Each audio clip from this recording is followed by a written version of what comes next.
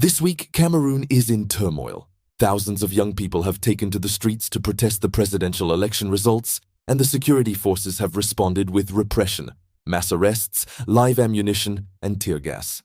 But this isn't just an isolated event. It's the culmination of 62 years of post-independence history, with only two presidents.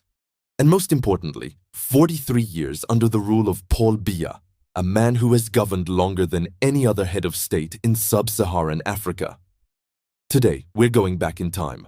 We'll talk about every president who has led Cameroon, what they achieved, and where they failed.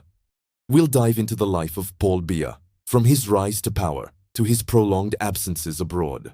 And we'll listen to the voice of the youth, the generation that has endured decades of unemployment, corruption, and repression, and is finally refusing to stay silent.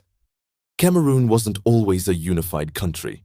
In 1960, French Cameroon gained its independence, and Amadou Ahidjo, a man from the north, became its first president.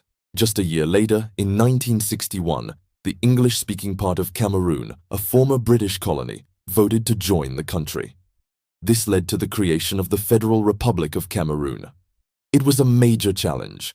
Ahidjo had to unite two different cultures, two languages, and two distinct histories. What did he do right? He invested in agriculture, cotton, coffee, and cocoa, which fueled initial economic growth. He also built infrastructure, roads, hospitals, and schools. He managed to stabilize the country after years of post-colonial tension. But here's the part we remember less fondly. In 1966, he established a one-party state with the Cameroon National Union, or CNU. All opposition was banned, and dissidents were arrested or exiled. He officially resigned in 1982 for health reasons, but in reality, he was trying to maintain control behind the scenes. A few months later, he orchestrated a failed coup against his successor, Paul Biya. He would spend the rest of his life in exile in Senegal, sentenced to death in absentia. When Paul Biya took power in 1982, he was seen as a reformer. He spoke of a new deal, released some political prisoners, and promised to fight corruption. But after Ahidjo's failed coup attempt in 1984, everything changed. Biya purged the administration and the army, firing all of Ahidjo's supporters to consolidate his own power. In 1990, under international pressure following the end of the Cold War, he finally allowed opposition parties. But it was just for show. He controlled the electoral system, the media, and the institutions. Throughout the 90s, he won his first elections, but every single one was contested by the opposition. And gradually, he withdrew from the public eye. He spoke less and less to the population and began spending months abroad, especially in Switzerland. Today, Paul Biya is 91 years old and has been ruling Cameroon for 43 years. He is the oldest and longest-serving head of state in sub-Saharan Africa and one of the longest ruling leaders in the world. So, what are the hard facts of his reign? First, the economy. After years of modest growth, the country is stagnating. Corruption is rampant. According to Transparency International's 2023 report, Cameroon ranks 142nd out of 180 countries. The GDP per capita has barely increased in the last 20 years. Second, the Anglophone crisis. Since 2016, English-speaking teachers and lawyers have been protesting their marginalization. The government responded with force. This triggered a silent civil war. According to the UN, over 6,000 people have been killed and more than 700,000 displaced since 2017. Third, health and education. Massive underinvestment. Hospitals lack basic medicine, and classrooms are overcrowded, with up to 100 students per class in some regions. And what about his personal life? Biya often spends months per year abroad, mostly in Switzerland. He rarely speaks to the public. His recent speeches have been read by his aides. Many wonder if he is even still capable of governing. But what's most striking is that in 2008, he changed the constitution to allow himself to run for president indefinitely. That's how he's able to stand for an 8th term. The majority of Cameroonians are under 25 years old.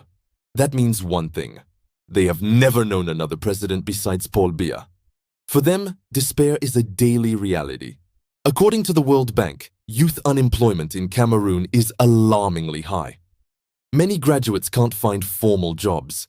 Some turn to petty trade on the streets, while others go into exile, to Europe or neighboring countries. It's a brain drain that's robbing the country of its young talent. But the youth are not giving up. For years, they've organized protests against unemployment and corruption. In 2020, thousands took to the streets and were met with a harsh crackdown. This week, they are once again on the front lines of the protests against the election results.